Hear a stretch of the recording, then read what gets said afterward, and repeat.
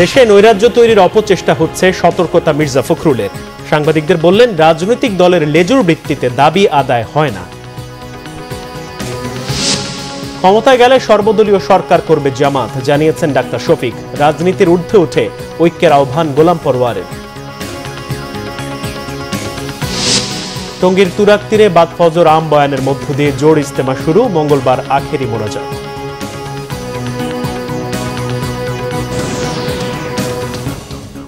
দেখছিলেন crown cement সংবাদ শিরোনাম।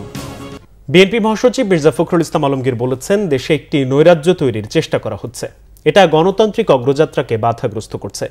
বাংলাদেশ ফেডারেল সাংবাদিক ইউনিয়ন বিএফইউজের দ্বিবার্ষিক কাউন্সিলের উদ্বোধনী অনুষ্ঠানে তিনি বলেন, সাংবাদিকদের মালিকপক্ষ কিংবা সরকারের সাথে আলোচনার মাধ্যমে নিজেদের দাবি আদায় করতে হবে। লেজুর ভিত্তি করে কাজ হয় না। ভিন্নমত পোষণ করলেই এখন শত্রু গণ্য করা হয় বলে মন্তব্য করেন মির্জা ফখরুল। জামাতের সেক্রেটারি জেনারেল মিয়া গোলাম পরওয়ার বলেন, রাজনীতির ঊর্ধ্বে উঠে নিজেদের মধ্যে ঐক্য ধরে রাখতে হবে। তিনি বলেন, বিভিন্ন গণমাধ্যম ব্যক্তি এবং দলীয় স্বার্থে ব্যবহার হচ্ছে। দেশের গণতান্ত্রিক অগ্রযাত্রা ঐক্যবদ্ধ হয়ে কাজ করার আহ্বান জানান সাংবাদিক নেতারা।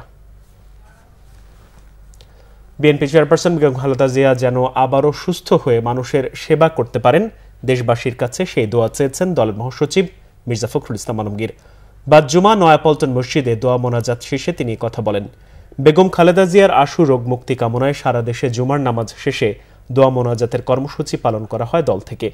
কেন্দ্রীয় কর্মসূচির অংশ হিসেবে মহাসচিব মির্জা ফখরুল ইসলাম আলমগীর, সিনিয়র যুগ্ম মহাসচিব রুহুল কবির রিজভী, বিভিন্ন পর্যায়ের নেতাকর্মী ছাড়াও সাধারণ মুসল্লিরাও নয়াপল্টন মসজিদে দোয়া মোনাজাতে অংশ নেন। পরে মির্জা ফখরুল বলেন, অসুস্থ হয়ে গত দুদিন ধরে হাসপাতালে চিকিৎসাধীন দলের চেয়ারপারসন। চিকিৎসকদের নিবিড় পর্যবেক্ষণে আছেন তিনি। দেশের জন্য বেগম খালেদা জিয়ার অবদান অনস্বীকার্য উল্লেখ করে তিনি বলেন, নির্যাতন, নিপীড়ন ও কারাভোগ করেও তিনি জনগণের অধিকার রক্ষায় কাজ করে গেছেন। জামাতে ইসলামীর আমির ডাক্তার শফিকুর রহমান বলেছেন, দেশের জনগণ বস্তাপচা রাজনীতি আর দেখতে চায় না। নতুন বাংলাদেশ পুরনো ফর্মুলায় আর চলবে না, নতুন ফর্মুলায় চলবে। রাজধানীর ভাসানটেকে যুব ছাত্র নাগরিক গণসমাবেশে তিনি কথা বলেন। সমাবেশ ঘিরে সকাল থেকেই রাজধানীর ভাসানটেক বিআরপি মাঠের সমাবেশে আসতে শুরু করেন নেতাকর্মীরা।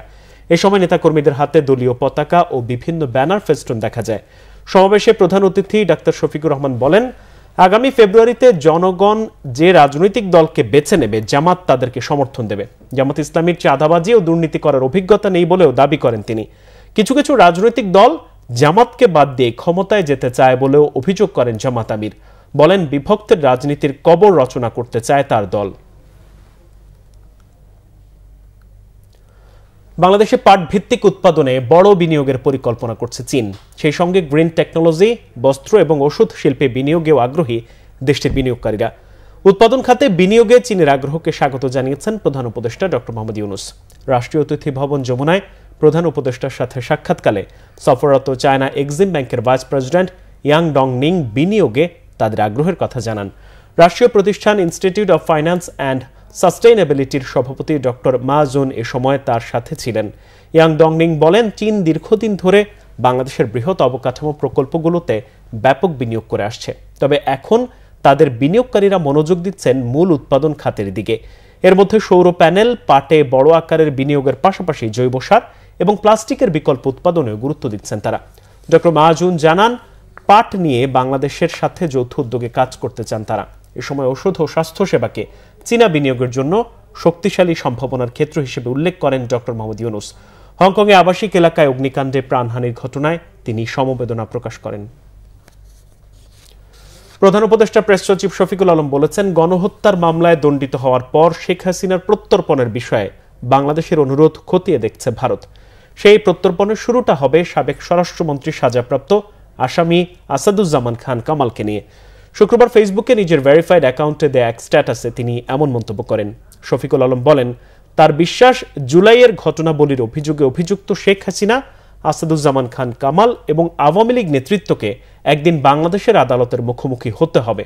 হাসিনার শক্তিশালী সমর্থক রয়েছে, তবুও তিনি আশাবাদী ঢাকার কসাই হিসেবে পরিচিত আসাদুজ্জামান খান কামাল খুব শিগগিরই বিচারের মুখোমুখি হতে বাংলাদেশে প্রত্যর্পিত হবেন।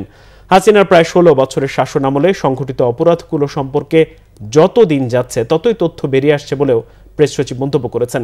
সেই সঙ্গে গণহত্যা ও গুমের ঘটনায় কামালের ভূমিকা বৈশ্বিক গণমাধ্যমে আরও বেশি মনোযোগ পাবে বলেও মনে করেন প্রেস সচিব।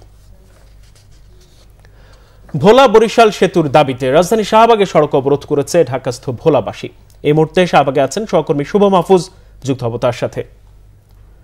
শুভ, এখনো অবরোধ চলছে কিনা, আর যারা অবরোধের আছেন তাদের দাবি কি এবং তারা কি বলছেন?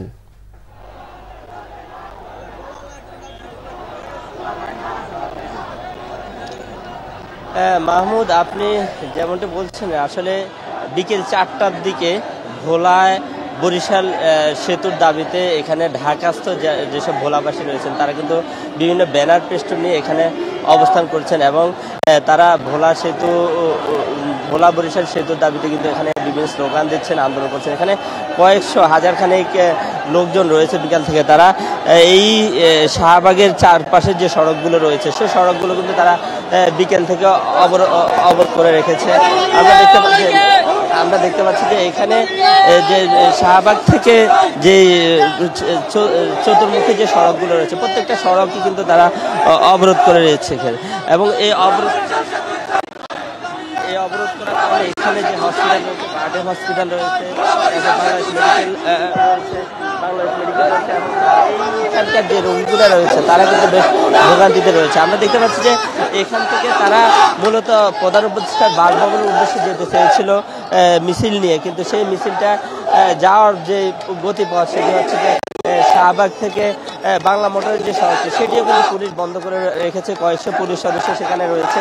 একই সাথে শাহবাগ থেকে মৎস্য ভবন মুখী যে সড়কটি সেই সড়কগুলো পুলিশ অবরুদ্ধ করে রেখেছে, অর্থাৎ যার ফলে তারা এখানে অবস্থান নিচ্ছে এবং তারা এখানে বিভিন্ন স্লোগান দিচ্ছে তাদের দাবিতে। আরেকটি বিষয় জানিয়ে রাখি, তাদের যে মোট 5টি দাবি এর মধ্যে আরেকটি অন্যতম দাবি হচ্ছে তারা ভোলাতে তারা গ্যাস সংযোগ চায়, একই সাথে তারা একটি পাবলিক বিশ্ববিদ্যালয় চায়। এইসব দাবিতে বিগত কয়েকদিন যাবৎ তারা আন্দোলন করে যাচ্ছে। আপনারা জানেন যে গত 14 নভেম্বর 3 উপদেষ্টাকে তারা ভোলা ডিসি অফিসের সামনে প্রায় 20 মিনিট অবরুদ্ধ করে রেখেছিল। তার মধ্যে ছিলেন শিল্প উপদেষ্টা আব্দুর রহমান খান। জি শুভ, আপনাকে ধন্যবাদ। অন্য প্রসঙ্গে, টঙ্গীতে 5 দিনের জোড় ইজতেমা শুরু আজ। এর আয়োজন করে তাবলিগ জামাত বাংলাদেশ শুরায়ে নিজাম। বিশ্ব ইজতেমা ময়দানে ফজরের নামাজের পর আম বয়ানের মধ্য দিয়ে শুরু হচ্ছে জোড় ইজতেমা। আগামী মঙ্গলবার আখিরি মোনাজাতের মধ্য দিয়ে শেষ হবে এই জোড় ইজতেমা। প্রতি বছর ইজতেমার পূর্ব প্রস্তুতি হিসেবে এই জোড় ইজতেমা হয়। এখানে তাবলিগের সাথীরা পুরো বছরের কাজের কারগুজারি বা রিপোর্ট পেশ করেন এবং মুরব্বিদের কাছ থেকে রাহবারি নেয়ার সুযোগ পান। এ উপলক্ষে দেশ বিদেশের শুরায়ে নিজামের প্রবীণ মুরব্বীরা টঙ্গীতে সমবেত হয়েছেন। সারা বছরের কাজে সঠিক নকশা ও দিক নির্দেশনা নির্ধারণের পাশাপাশি আমল, দাওয়াত, তারতিব এবং দেশের প্রেক্ষাপটে করণীয় বর্জনীয় বিষয়ে গুরুত্বপূর্ণ বয়ান উপস্থাপন করা হয়। জোড় ইজতেমায় কেবল 3 চিল্লার সাথী এবং কমপক্ষে 1 চিল্লা সময়ে দেয়া আলেমরা অংশ নিতে পারেন। সরকারি সিদ্ধান্তের আলোকে মূল ইজতেমা হবে ত্রয়োদশ সংসদ নির্বাচনের পর। এবার দেশের বিভিন্ন জায়গার কিছু খবর নিয়ে দেখুন একটি ডেস্ক রিপোর্ট। বিএনপির চেয়ারপারসন বেগম খালেদা জিয়ার দ্রুত সুস্থতা কামনায় বিশেষ দোয়া মাহফিল হয়েছে সিলেটে। হযরত শাহজালালের দরগা মসজিদে এতে উপস্থিত ছিলেন জেলা বিএনপির সহসভাপতি আশিক উদ্দিন আশোক। নির্বাচনী প্রচারণা শুরু করেছেন রাজশাহী সদর আসনের বিএনপির মনোনীত প্রার্থী মিজানুর রহমান মিনু। শুক্রবার বাদ জুমা দরগাপাড়া এলাকায় এতে উপস্থিত ছিলেন মহানগর বিএনপি এবং অঙ্গ ও সহযোগী সংগঠনের নেতাকর্মীরা। এর আগে শাহ মখদুম জামে মসজিদে চেয়ারপারসনের রোগ মুক্তির জন্য বিশেষ দোয়া ও মোনাজাত করেন তিনি। সাবেক প্রধানমন্ত্রী ও বিএনপি চেয়ারপারসন বেগম খালেদা জিয়ার রোগ মুক্তি ও দীর্ঘায়ু কামনায় দোয়া মাহফিল হয়েছে মুন্সিগঞ্জের সিরাজদিখানে। বাদ জুমা মধুপুর মাদ্রাসায় এতে উপস্থিত ছিলেন বিএনপির স্বেচ্ছাসেবক বিষয়ক সম্পাদক মীর শরাফত আলী সপু। বেগম খালেদা জিয়ার রোগ মুক্তি কামনায় দোয়া মাহফিল হয়েছে সাভারেও। দ্রুত সুস্থতা কামনায় দোয়া করা হয়েছে সাবেক উপজেলা চেয়ারম্যান কফিল উদ্দিনের জন্য। সবুজবাগ এলাকায় এতে উপস্থিত ছিলেন পৌর বিএনপির যুগ্ম সাধারণ সম্পাদক মোহাম্মদ রমিজ উদ্দিন। নির্বাচনী সমাবেশ করেছেন সাতক্ষীরা 2 আসনের বিএনপির মনোনীত প্রার্থী আব্দুর রউফ। সাতানির ভাদ্রা স্কুল অ্যান্ড কলেজ মাঠে তিনি বলেন, জনগণের অধিকার পুনরুদ্ধারে জনগণের একমাত্র ভরসা ধানের শীষ। খাগড়াছড়িতে বিএনপির প্রার্থী অদূত ভূঁইয়ার পক্ষে প্রচারণা চালিয়েছেন দলের নেতাকর্মীরা। শহরের আনন্দনগর এলাকায় এতে উপস্থিত ছিলেন জেলা মহিলা দলের সভাপতি কোহলি দেওয়ান ও সাংগঠনিক সম্পাদক তাহমিনা সিরাজ সীমা সহ অন্যরা।